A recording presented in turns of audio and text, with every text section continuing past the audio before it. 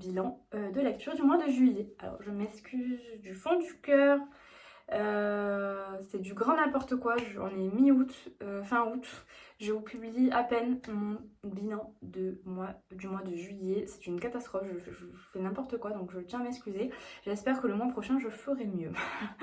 Alors on va commencer cette vidéo par vous présenter mes lectures, pas mes lectures tout d'abord, mes achats du mois de juillet.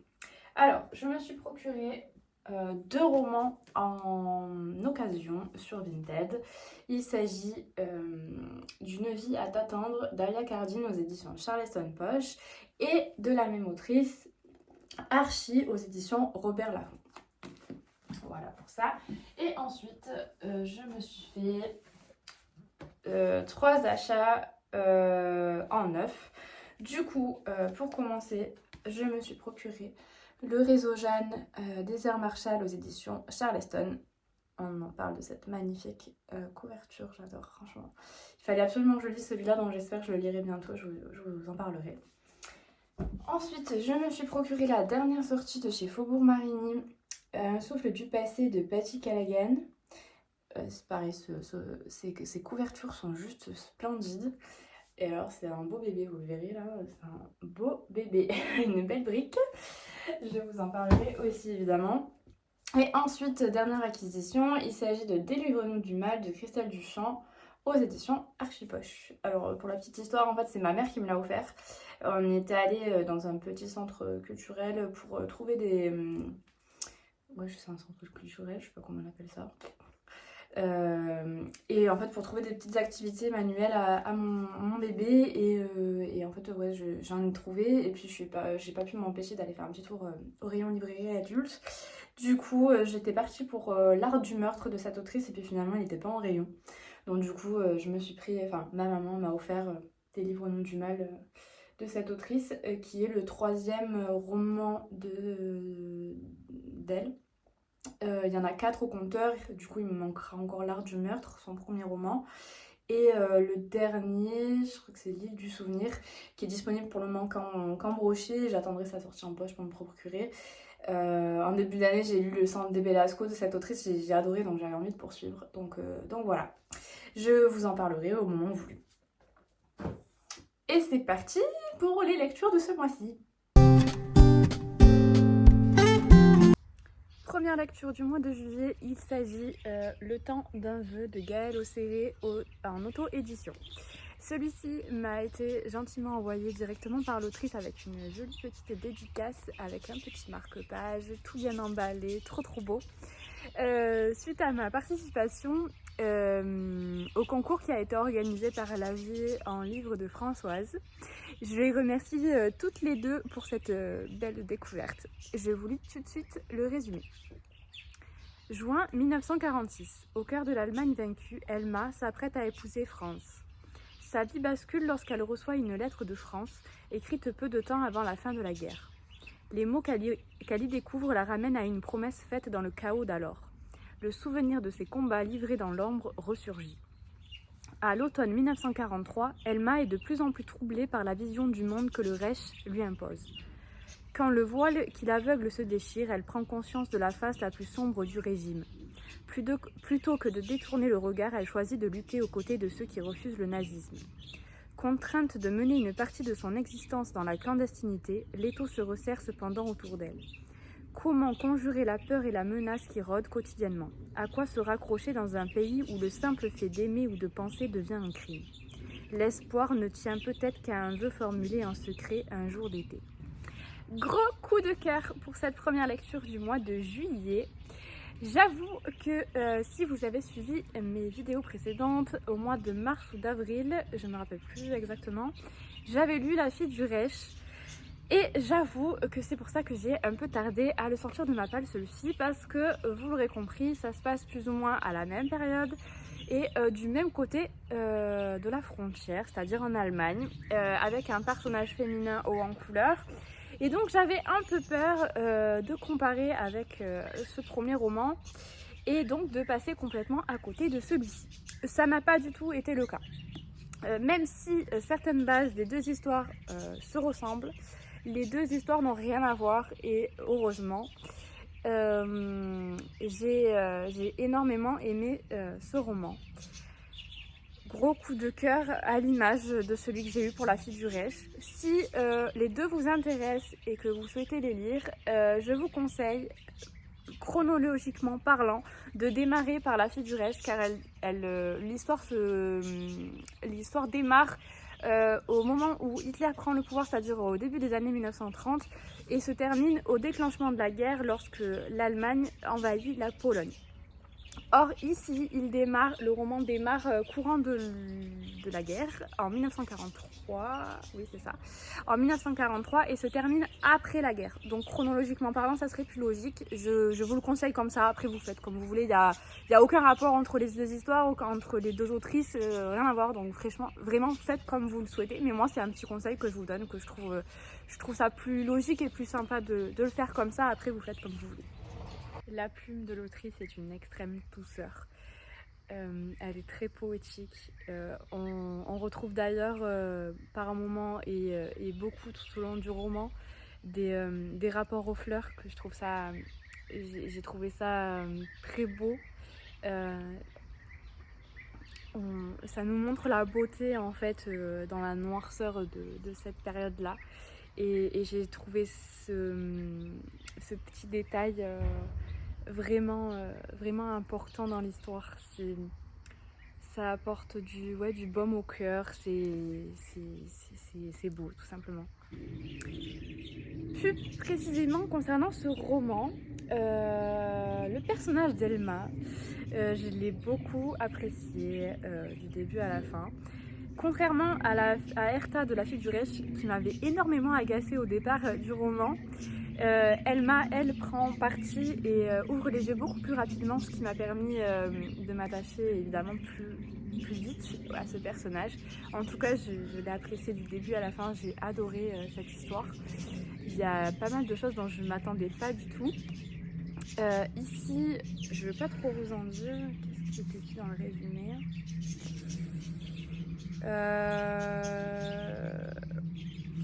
Ici, vous l'aurez compris, Elma tombe amoureuse et elle tombe amoureuse d'un Français qui est en Allemagne par rapport aux travaux forcés.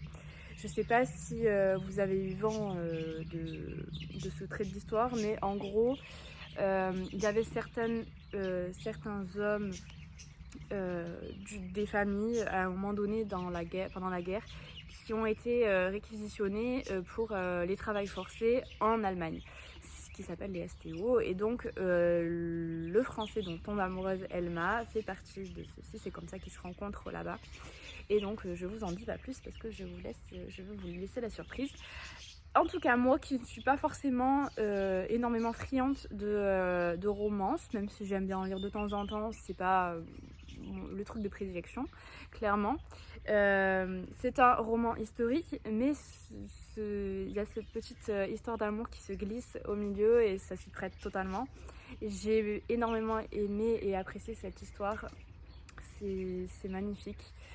En tout cas, je vous le conseille vivement parce que cette histoire est trop belle. Et je me languis, ça m'a donné envie du coup de découvrir, il me semble que c'est le premier roman de l'autrice qui est qu'une parenthèse, où ça se passe aussi pendant la guerre, il me semble. Mais côté français. Et il me semble que c'est un peu avant. Chronologiquement parlant, donc j'aurais dû inverser les rôles, inverser les lectures, mais j'ai pas l'autre roman, donc c'est pas grave parce que de toute façon dans ce petit roman on retrouve un personnage du coup de son premier roman et c'est ça qui m'a dit oh là là Mélanie, il faut pas que tu rates, il faut que tu ailles découvrir le premier roman pour voir de qui il s'agit exactement.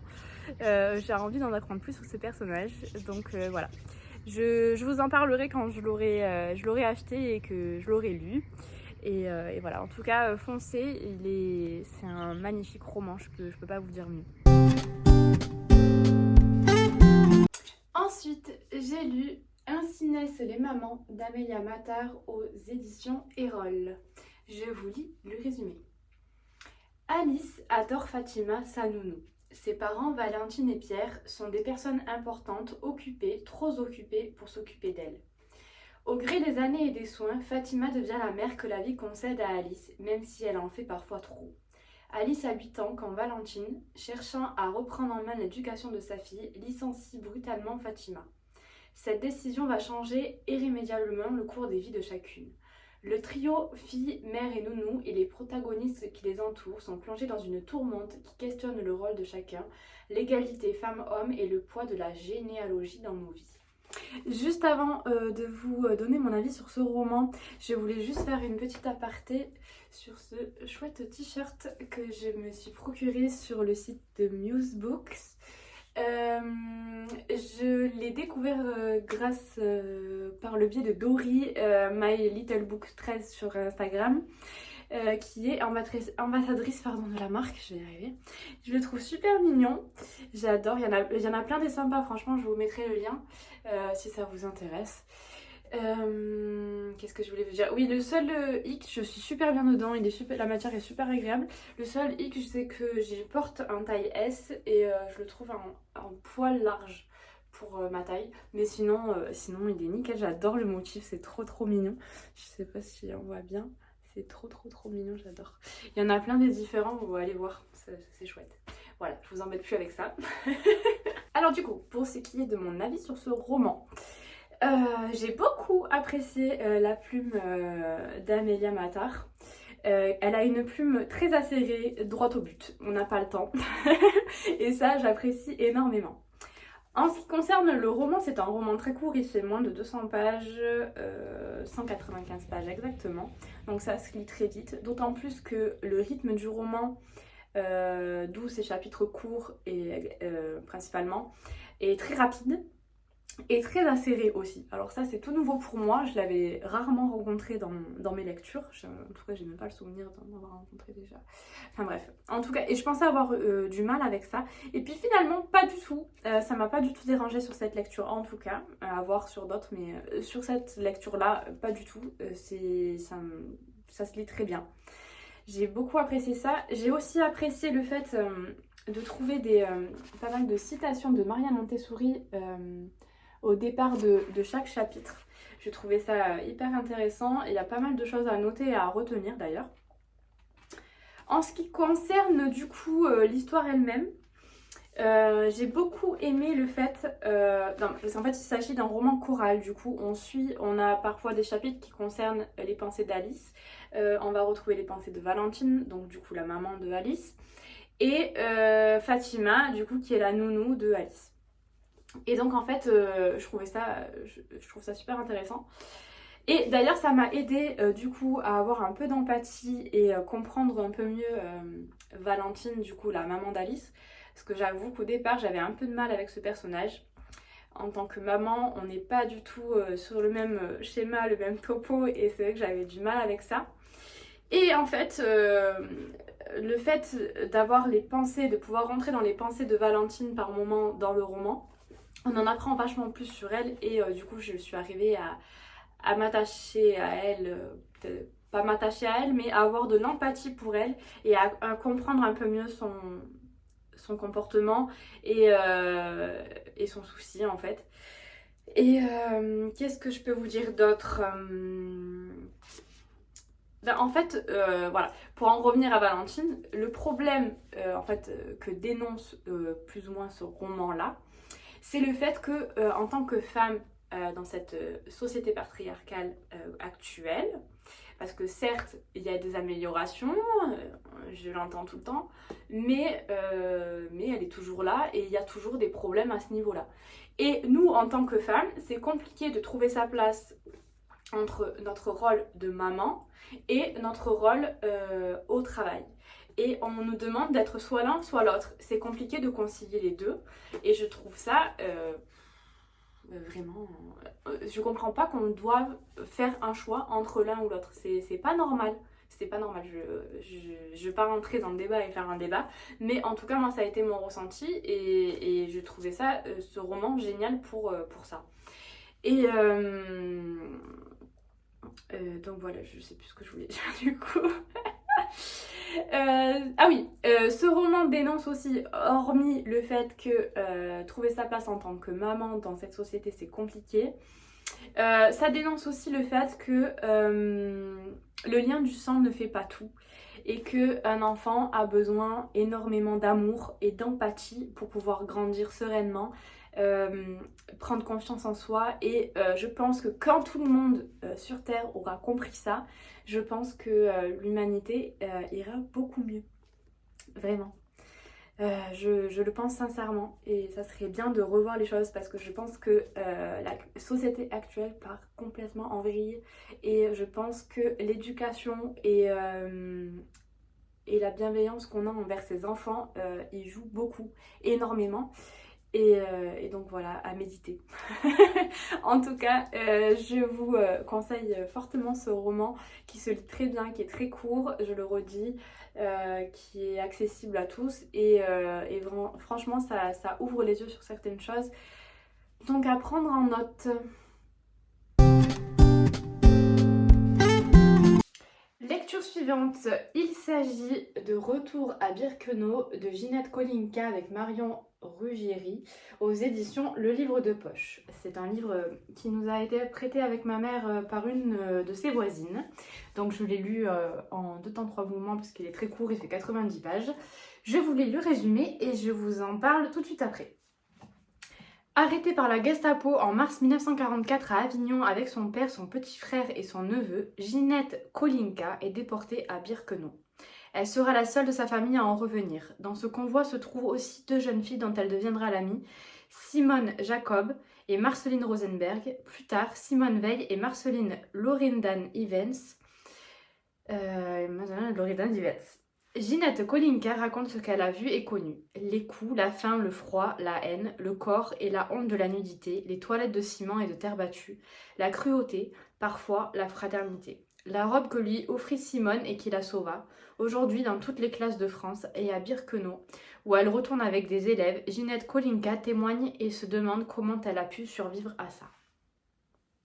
Alors, je ne vais pas m'attarder énormément sur ce livre-là, tout simplement parce que je pense que, quelle que soit la génération qui m'écoute, a entendu parler de cette période-là, de la Seconde Guerre mondiale, du camp de concentration d'Auschwitz-Birkenau. Si ce n'est pas le cas, en tout cas, je vous encourage vivement à vous renseigner sur ça.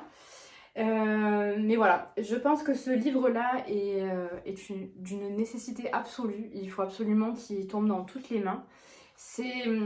C'est court, c'est facile à lire, même s'il faut certes avoir le cœur et l'estomac bien accroché parce qu'il y a certaines scènes, mon Dieu, je ne comprends pas comment des êtres humains ont pu faire subir des choses comme ça à d'autres êtres humains et même à d'autres êtres tout court. Vraiment, c'est quelque chose qui m'échappe totalement, que je ne comprendrai jamais et c'est pour ça que j'aime énormément lire sur cette période-là parce que j'ai tellement de questions je ne comprends pas comment on peut en arriver à des choses pareilles, comment on peut faire des choses comme ça et surtout comment survivre en tant que victime à des choses pareilles. Vraiment, ça m'échappe totalement. Donc clairement, ce livre est à lire, à noter dans toutes vos wishlists et à lire à un moment donné, tout simplement pour se souvenir et comprendre, entre guillemets, comment on a pu arriver à des choses pareilles et surtout ne jamais reproduire ce type de schéma-là parce que c'est horrible, ça fait peur, vraiment. Ça me prend au trip, vraiment, je comprends pas comment on peut faire ça. C'est effroyable, vraiment. Et cette personne-là, vraiment, me touche énormément parce que j'ai essayé de me mettre à sa place, mais comment on ressort, même si on ressort vivant des horreurs pareilles, comment on arrive à survivre après ça, après avoir vécu ça, et surtout sachant qu'il y en a qui vont faire qui vont être mal dans leur vie alors qu'ils ont tout pour être heureux, et d'autres personnes qui vivent des traumatismes comme ceci et qui arrivent à rebondir derrière. Vraiment, tout le respect pour cette personne et pour toutes les personnes qui sont de ce schéma-là, clairement, parce que vraiment, je sais pas comment moi, à sa place j'aurais vécu ça, mais je pense très mal et je pense pas que je serais arrivée à rebondir après ça. Clairement, ça m'échappe, je le redis encore une fois, vraiment. En tout cas, si ce n'est pas déjà fait, lisez-le, il est court, il est accessible à tout le monde. Je pense que dans toutes les écoles, les lycées, et les collèges, pardon, notamment, devraient vraiment le mettre au programme. Je trouve que c'est important, dans les cours d'histoire de se plonger là-dedans. Alors, lecture suivante, il s'agit de Désenchanté de Marie Vareille aux éditions Le Livre de Poche. Je vous lis tout de suite le résumé. La disparition de Sarah Leroy, 15 ans, a bouleversé la petite bourgade de Bouville-sur-Mer et ému la France entière. Dans chaque foyer, chaque bistrot, on élaborait des hypothèses, mais ce qui est vraiment arrivé, personne ne l'a jamais su. 20 ans plus tard, Fanny revient sur les lieux de ce drame qui a marqué sa jeunesse, et c'est tout un passé qui ressurgit. Car l'histoire de Sarah Leroy, c'est aussi un peu la sienne. Une histoire qui a l'odeur du chlore de la piscine municipale et des premiers slows sur les vieux tubes des années 1990. Des serments d'amitié et surtout des plus lourds secrets. Avec finesse et un vrai sens du suspense, Marie Vareille met à nu les rouages de l'amitié féminine dans un roman d'apprentissage captivant et rempli d'émotions. Alors, je sais pas pour vous, mais moi, je l'ai vu, revu et revu et revu passer sur les réseaux, ce roman. Même s'il me tentait énormément, c'est la raison pour laquelle j'ai mis du temps à m'y mettre. J'avais aussi également très envie de découvrir la plume de l'autrice et franchement, je regrette pas de m'y être lancée. En plus, la couverture s'y prêtait clairement, donc je l'ai sortie ce mois de juillet. C'était donc une très très bonne lecture. J'ai pas atteint le coup de cœur à proprement dit, tout simplement parce que alors je vais pas vous spoiler quoi que ce soit, donc je vais faire attention aux mots que j'utilise, mais clairement la fin, sur le coup, quand le dénouement se montre à nous, j'étais pas forcément convaincue par cette fin. Elle m'a laissé perplexe. Pour moi, elle était pas hyper crédible sur le coup. Mais finalement, l'autrice explique et a vachement documenté cette fin. Et finalement, elle a réussi à me convaincre à ce niveau-là. Mais ce petit blocage à ce moment donné, ça a fait que du coup, pas de coup de cœur pour ce roman. Mais en tout cas, ça n'empêche que j'ai passé un très très bon moment. Bon, vous l'aurez compris, ça parle de disparition d'une jeune fille, ça parle d'amitié entre nanas dans les années 90. Franchement, je recommande ce roman à tout le monde. Hello, 5e lecture de ce mois de juillet. Faites pas de temps sur ma tête, je sors de la douche. Bref. Il s'agit donc de Nettleton, je ne sais pas si je prononce bien, State Village pour femmes faibles d'esprit en âge de procréer de Anne Léry aux éditions Faubourg-Marigny. Alors, je voulais juste poser l'accent sur la beauté de cet objet livre. J'adore les Faubourg-Marigny, ils sont trop beaux à chaque fois, j'adore les couvertures. Même l'intérieur, je vous l'avais déjà montré pour le berceau des sorcières, mais j'adore ce genre de petits détails. Enfin bref, passons. Je vous lis le résumé. 1927, Pennsylvanie. Mary Engel, 18 ans, est embauchée pour travailler dans une clinique pour femmes handicapées mentales, le célèbre Nettleton State Village pour femmes faibles d'esprit en âge de procréer.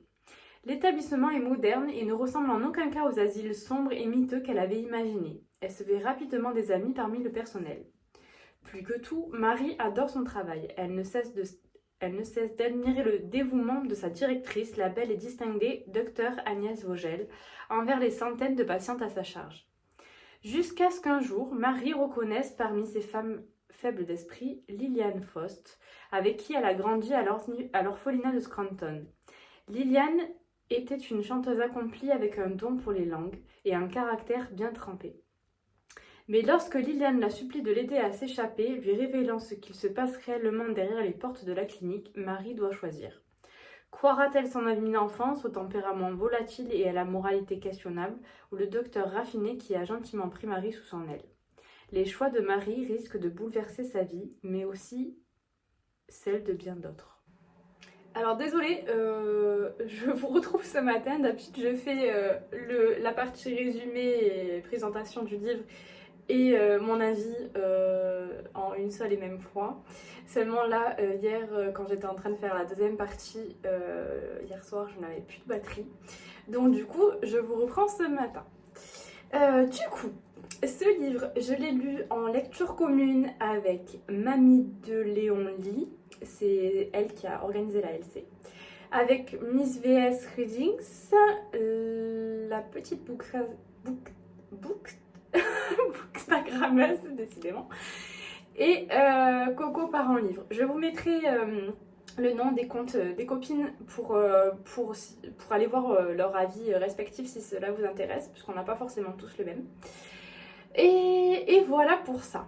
Du coup, pour en revenir au roman en lui-même, pour moi, il s'agit d'une très bonne lecture en demi-teinte. Je m'explique. J'ai passé un très très bon moment avec ce roman. L'histoire me tentait beaucoup et m'intriguait énormément. La fluide et... la fluide. Oh là là, mon dieu, mais ça va pas du tout. La plume est très fluide, ça se lit en 2 temps, 3 mouvements, vraiment. On a envie de savoir. L'ambiance pesante qui se déroule au fur et à mesure du roman est bien présente. J'ai beaucoup aimé cela. Par contre, je pense que, étant donné que je l'ai beaucoup vu passer sur le compte des copines sur Instagram avec beaucoup de bons avis, et le sujet étant tel que j'avais énormément d'attentes sur ce roman et mes attentes n'ont pas été toutes comblées. C'est pour ça que c'est une lecture un peu en demi-teinte. Donc voilà, j'ai passé un très très bon moment de lecture. Seulement, on va dire ce qui m'a manqué. Alors déjà, le personnage de Marie en lui-même, il m'a agacée par sa niaiserie et par sa naïveté, je crois quasiment tout du long du roman, sauf dans les quelques dernières pages, où enfin elle a ouvert les yeux, parce que tout le long, clairement, j'avais envie de la prendre par les épaules, la secouer et lui dire mais ouvre les yeux, bon sang. Pourquoi tu fais ça quoi, enfin, ouvre les yeux, vas-y, c'est le moment. Et enfin bref, passons. Hormis cela, le roman se lit très bien, il est très très bien écrit, il est très bien monté.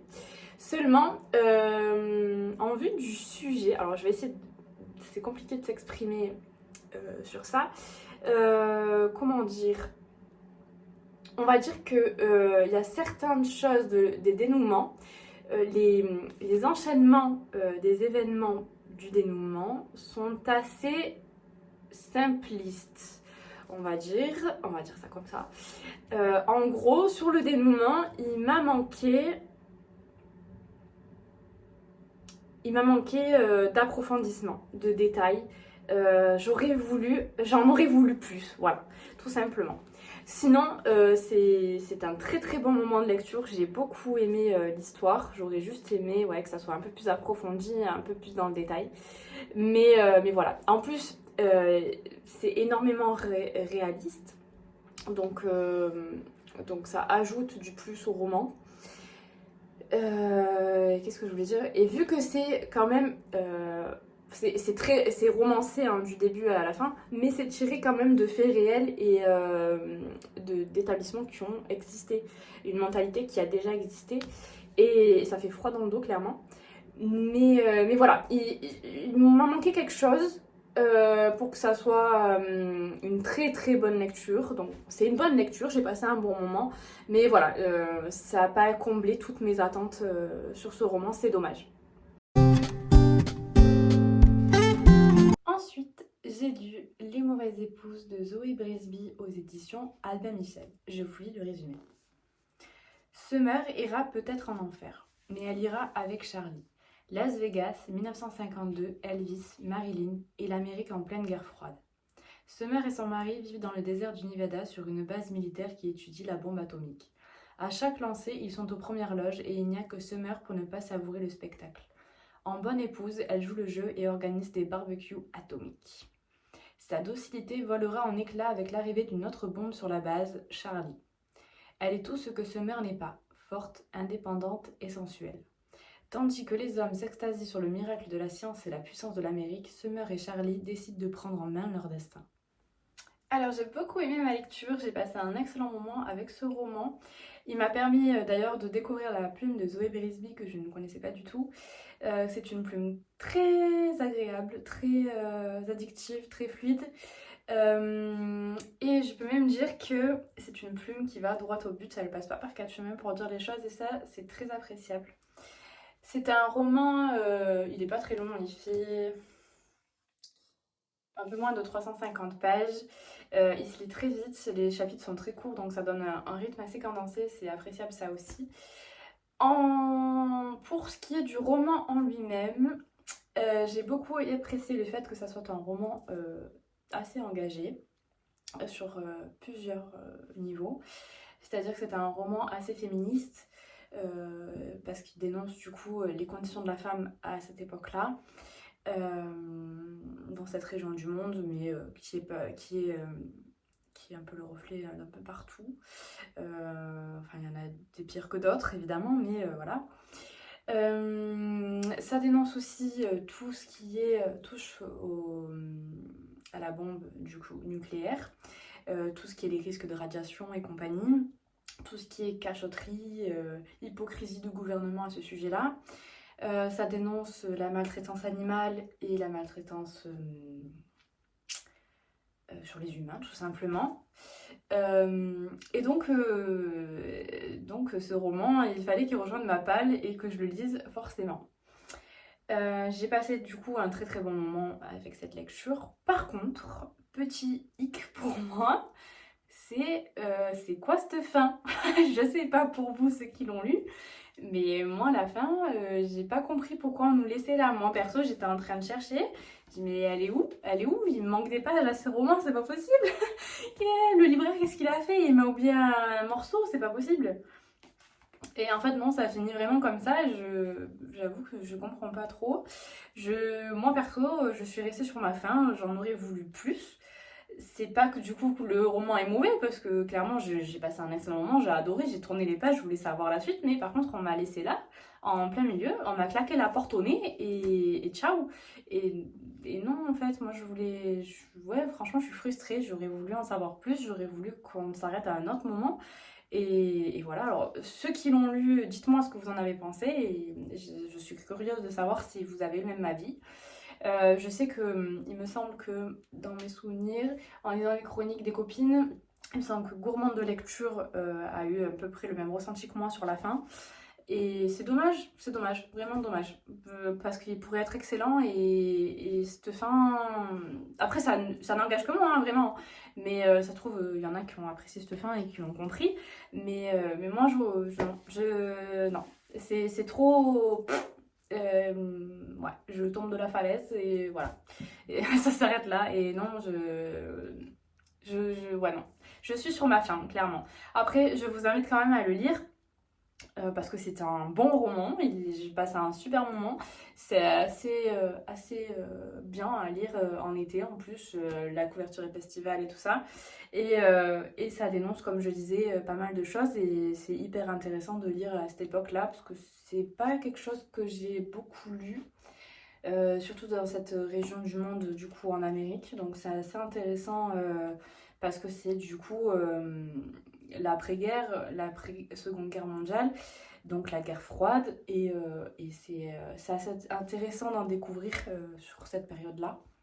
Donc je vous invite à le lire quand même et me dire du coup si on est d'accord sur cette fin ou pas, tout simplement. Et voilà, j'ai hâte d'avoir votre avis en commentaire et voilà pour cette lecture. Dernière lecture du mois de juillet, il s'agit d'une vie à t'attendre de Alia Cardine aux éditions Charleston Poche. Je vous lis tout de suite le résumé. Je suis petite, si petite dans ces lieux silencieux. Je connais la nature des silences et celui-ci n'est pas bon. Il est le dernier souffle d'une maison qui s'est vidée, précipitant ma perte. Je les appelle et en réponse ce silence implacable. Où sont-ils? Je m'apprête à poser le pied sur cette marche, mais j'ai déjà compris. Dans quelques secondes, je cesserai d'être une enfant.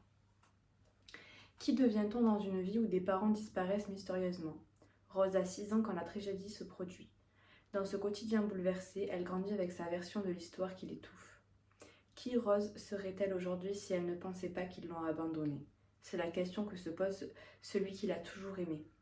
À Bali, 16 ans après leur disparition, Rose découvre quelques mots sur un carton. Commence alors un périple haletant. Les indices qu'elle va petit à petit accumuler lui permettront-ils de dépasser une enfance brisée? Alors, je n'ai pas atteint le coup de cœur pour ce roman, mais par contre, il s'agit d'une très très bonne lecture. Je savais d'ores et déjà, rien qu'en lisant les résumés et les premières pages de ce roman, qu'il allait me bouleverser, coup de cœur ou pas. Et ça, en effet, ça a été le cas, tout simplement. En fait, que l'intrigue, c'est une gamine de 6 ans qui se retrouve sans parents du jour au lendemain et elle pense et a été abandonnée par ses parents, ses 2 parents. Je trouve ça juste inimaginable. Ça m'angoisse, ça me met les larmes aux yeux rien que d'y penser. Maintenant, à l'heure d'aujourd'hui où je suis maman, il y a des sujets comme ça qui me touchent plus particulièrement qu'avant. Et c'est quelque chose que vraiment, rien que de penser que demain il puisse m'arriver quelque chose et que mon gamin se retrouve tout seul, ça m'angoisse pour de bon. Je préfère d'ailleurs pas y penser parce que je vais me mettre dans une angoisse toute seule. Et voilà. Donc, clairement, quand j'ai lu le résumé, il fallait que j'ai la réponse à la question comment c'est possible d'abandonner son gamin et le laisser livrer à lui-même, il ait 6 ans, 4 ans, 3 ans, même 10 ans, ça revient même, mais comment c'est possible d'abandonner son gamin? Je comprends pas, c'est quelque chose qui me dépasse, total. En tout cas, pour revenir plus particulièrement au roman, du coup, j'ai passé un très bon moment. J'ai beaucoup aimé la construction du roman, qui est donc du coup une triple temporalité. En effet, du coup, on suit Rose en 1995 lorsqu'elle a 6 ans et que ses parents disparaissent. On la suit par moment en 2012 lorsqu'elle atteint la majorité et qu'elle devient majeure et donc voilà. Et en 2017 lorsque elle fait sa vie. Je ne vais pas vous rentrer dans les détails parce que je ne veux rien vous spoiler quoi que ce soit. Donc voilà. Et en fait, du coup, c'est le premier roman de Hala Cardin que je lis et ça faisait un petit moment que je voulais découvrir sa plume. Alors je vous avoue que dans ma palle, j'avais celui-ci, Mademoiselle Papillon et Archie. Et j'avais très envie de démarrer par Mademoiselle Papillon parce que c'est celui qui me faisait de l'œil depuis le plus de temps. Mais je me suis dit que celui-là était plus vieux, elle avait écrit avant. Donc je suis partie d'abord sur celui-là avant de me lancer dans Mademoiselle Papillon. Ça m'a permis aussi de valider certaines catégories des challenges que j'ai en cours et de vider ma palle parce que c'est quand même un roman de 300 pages, donc c'est assez court, donc ça se lit assez vite. Donc voilà. Qu'est-ce que je peux vous dire de plus? Qu'est-ce que je voulais vous dire d'autre? Donc voilà, en tout cas ce roman, si vous ne connaissez pas la plume de cette autrice et que vous ne le connaissez pas, que vous ne l'avez pas encore lu, je vous le conseille vivement. Ça se lit très bien. J'aime bien l'intrigue sous effet de drame familial, mystère, secret et compagnie. Le fait qu'il y ait plusieurs temporalités dans le roman aussi, ça vous savez que j'adore ça. Et voilà, donc je peux que vous le conseiller. Si vous l'avez lu, dites-moi ce que vous en avez pensé. Est-ce que vous avez deviné vous aussi des choses au fur et à mesure et puis dites-moi si vous avez aimé tout simplement. Merci d'avoir regardé cette vidéo jusqu'ici. J'espère que ça vous aura plu et que vous aurez trouvé d'autres suggestions de lecture et que celles-ci vous plairont, que vous allez passer un bon moment. Je vous dis au mois prochain et à bientôt!